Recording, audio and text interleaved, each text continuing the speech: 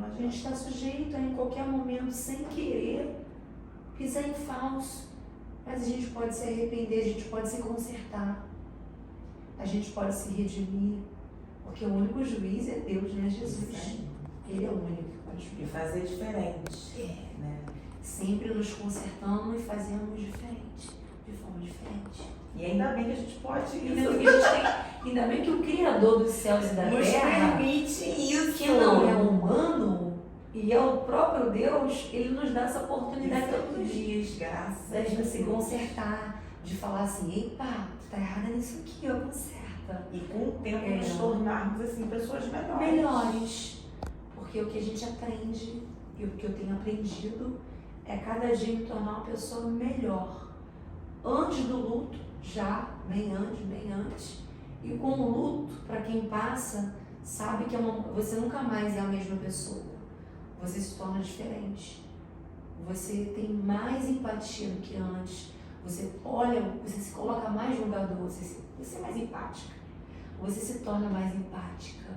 Você se coloca mais no lugar da dor do outro. Você se coloca. E o que está faltando para a gente é isso. Pessoas assim, que se colocam. É o que está faltando em todo tipo de... E isso, eu não sou intolerante religiosa, longe de mim. Eu amo todas as pessoas. Eu só não sou conivente com o pecado. Jesus ama todos, mas ele não ama o pecado. Então eu procuro ser como ele. E isso está no nosso caráter, né? Sim. Defeito é uma coisa.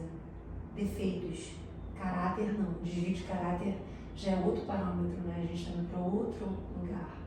Que eu acredito que a pessoa tem que querer. E só Jesus muda caráter. E aí você tem na falta de caráter, você tem um padrão de comportamento duvidoso. Né? É isso que você está falando. Quando a gente tem defeitos, a gente tem a condição de identificar e fazer diferente. Agora o caráter é complicado. Porque tem que reconhecer. Isso aí. Eu tenho que reconhecer que meu caráter está sujo. Isso aí é complicado. Falar, Deus, preciso mudar. Preciso mudar isso aqui, muda o meu caráter, forja. Eu quero ser forjada, eu quero ter tua essência, quero ter o Espírito Santo sobre a minha vida. Me forja. E muitos profetas que passaram, a maioria na Bíblia, foram forjados na dor. Só que cada um de uma forma diferente. Talvez Deus, né, teve um propósito, né, foi o momento da Sarinha, da partida dela, mas com certeza trouxe uma forjação dentro da minha casa, para todos nós. Porque a minha filha, eu entrego a minha filha para o Senhor e o meu filho se batiza, se converte. E o meu neto salvo da moto, da andança das motos. E aí o Senhor me entrega jovens para eu cuidar. E isso é muito lindo também. Ter o luto é terrível, a dor é imensurável, indescritível. Essa dor não tem como dimensionar, não tem como eu te falar, porque um pedaço do coração da gente vai junto naquele caixão, naquele dia do sepultamento. Parece que morre junto. Morre junto. Mas aí você começa, Deus fala assim, ei, olha pro lado, tem o seu filho Daniel, tem o Miguel, seu netinho, tem vidas que precisam de você e precisam de uma voz e do teu abraço. Porque tem muita gente utilizando as mãos, os dedos para apontar. E a gente tem que usar essas mãos para estender, abraçar, levantar. E os braços para abraçar. E é o que eu tenho feito. E é o que eu fazia com as amigas da Sara, que muitas delas foram acolhidas na minha casa, moravam comigo, algumas ficavam lá semanas, umas queriam ser adotadas por mim. E elas falavam, Sara, sua mãe é tão amiga, tão sua amiga, sabe? Por que você não conta tudo pra ela? Não fala mais pra ela as coisas. Porque ela é tão legal, que mãezona. Como eu ouvi isso, Gina? Como eu queria ter uma mãe assim. Porque a maioria, maravilhoso, a maioria era de pais separados, mães viciadas, mães que abandonaram desde novinhas filhas por causa de homem, de um relacionamento, e deixou a filha se virar na vida. Muito carentes, então. Muito carente, muitos jovens carentes que eu me deparei, dentro da minha casa, fora da minha casa, na igreja, nos lugares, porque eu costumo dizer que os púlpitos que eu carrego na minha vida hoje não é os púlpitos só no microfone, do altar.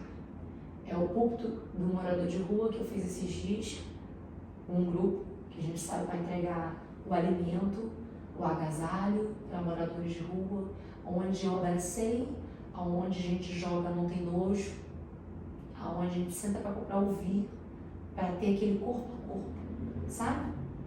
E isso é lindo. Então o púlpito do mercado, do salão de beleza, o púlpito dos lugares onde eu passo, no trabalho de alguém, dentro do trabalho, das reuniões, aonde o Senhor me dá a oportunidade de eu falar do nome dele, eu só espero a brecha. E quando não tem a brecha, eu provoco, faz acontecer, para falar dele, do amor dele. E por incrível que pareça, quando eu vou até treinar, vou para academia, quando eu paro em uma loja para olhar alguma coisa, o Senhor, o próprio Deus, me faz deparar com mães enlutadas. Do nada, conversando sobre uma roupa, incrível essas experiências. E começamos a conversar, eu vejo um olhar triste, aí a gente fala de Jesus. Pois é, minha filha, eu perdi um filho, eu perdi um irmão, e aí ia ter aquela troca. Aí você vê o quanto que você está sendo usada, né? Isso me sustenta. Isso me sustenta. O próprio Deus, ele tem e me dá essa sustentabilidade para eu acordar. Todos os dias que eu acordo, eu falo com meu coração doendo, sangrando. Aí tem dias que são piores, tem dias que são a menos, que eu acordo e falo, Jesus, obrigada por tudo e obrigada porque eu tô aqui, eu tô vencendo mais um dia. São 10 meses vencidos, então é muito, porque o primeiro dia, quando você se depara com a situação da morte de um filho, você pede para Deus para morrer, porque você não quer existir, você não quer mais existir. Para você a vida não faz mais sentido, nada que você come faz dar aquele prazer. Nada, nem um passeio, nem um dinheiro, nada, simplesmente nada. Você passa a viver só por viver, né? Por viver. Um dia de cada vez. Isso, você começa a sobreviver. Mas o Senhor é tão bom que Ele começa a tratar, você começa a ver o mover dele dentro da gente. Porque Ele tira aquela angústia. Várias pessoas que eu conversei de dentro da igreja e fora da igreja foi assustador. Por isso que eu preferi me reclusar, ficar reclusa e fazer meu quarto de guerra ali e falar com Deus, com meu esposo e com a minha mãe. São pessoas primordiais na minha vida. E meu filho, onde eu desabafo, converso e ouço. Porque a gente não deve ouvir qualquer pessoa. As vozes, né, que tem vozes que são para te derrubar, te destruir do opositor. E tem voz que te levanta. A nossa audição, para Deus blindar a nossa audição, a nossa visão, para que a gente venha ter uma amplitude de visão, de direcionamento de escolhas corretas. E audição para ouvir, para executar através do Espírito Santo de Deus, através do que é certo para nossas vidas e ouvir muitas coisas. Que se eu não estivesse preparada por Deus, eu teria me suicidado. Nossa. Então, Gina, teve mães que falaram cada coisa para mim absurda. De várias religiões, kardecista, gente da família, da igreja, da própria igreja, do bairro. Um monte de gente. Eu me escondi de todo mundo como um casulo, porque eu ouvia cada coisa ilícita, inacreditável. Porque quando uma mãe chega para você e diz assim, olha, eu no seu lugar não aguentaria, eu no seu lugar me mataria, ela está querendo dizer para você, sabe o quê? Eu sofreria mais que você, a tua dor é menos que a minha. Você entende? Isso machuca. Isso me machucava muito, porque aquela pessoa, eu não era obrigada a expor as minhas dores no meio da rua fazendo escândalos. Eu não era obrigada a postar na internet as minhas dores. Não. O luto, você vive ele. Você não precisa expor ele. É até estranho quando eu vejo pessoas que vão na internet e ficam ali, ai, morreu agora, eu tô aqui chorando, esse filme chorando, a notificação do falecimento, eu não consegui postar a nota do falecimento, eu não fiquei na rede social, eu não tive como estrutura para estar numa rede social.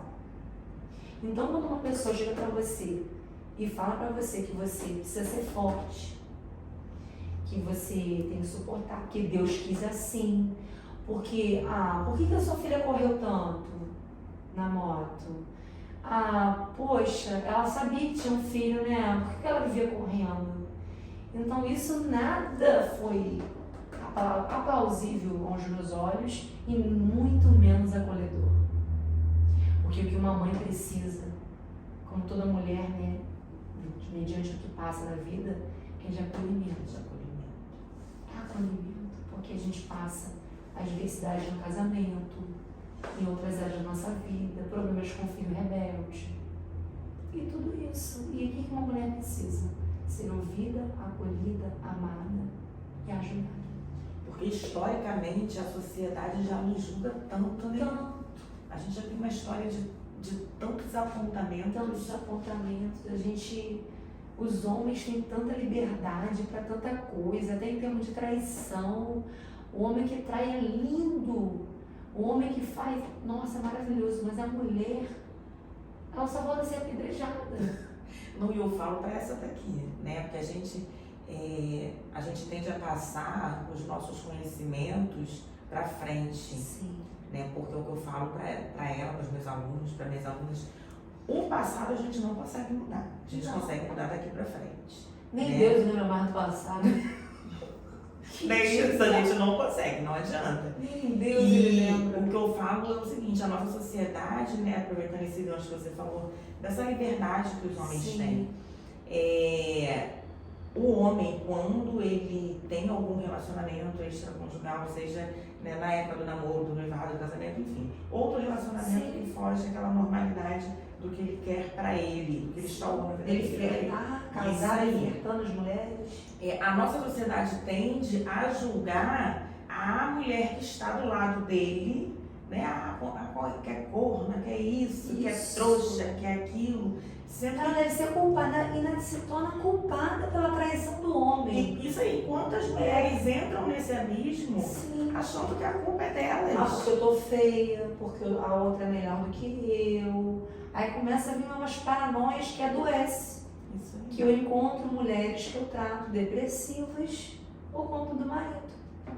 Porque eu tenho um marido que ele é narcisista, um marido que quer me controlar o tempo inteiro, que me trai, que me bate. São coisas assim que eu ouço. Eu, no meu luto, eu não tive apoio de pessoas sensatas.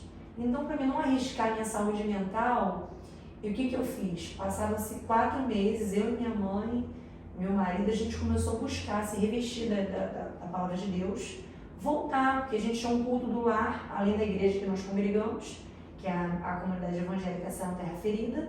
A gente tem um culto no lar de 15 em 15, que muitas pessoas, 40, 50 pessoas, no lar, que era maravilhoso. Só que com o luto, nós ficamos parados 7 meses.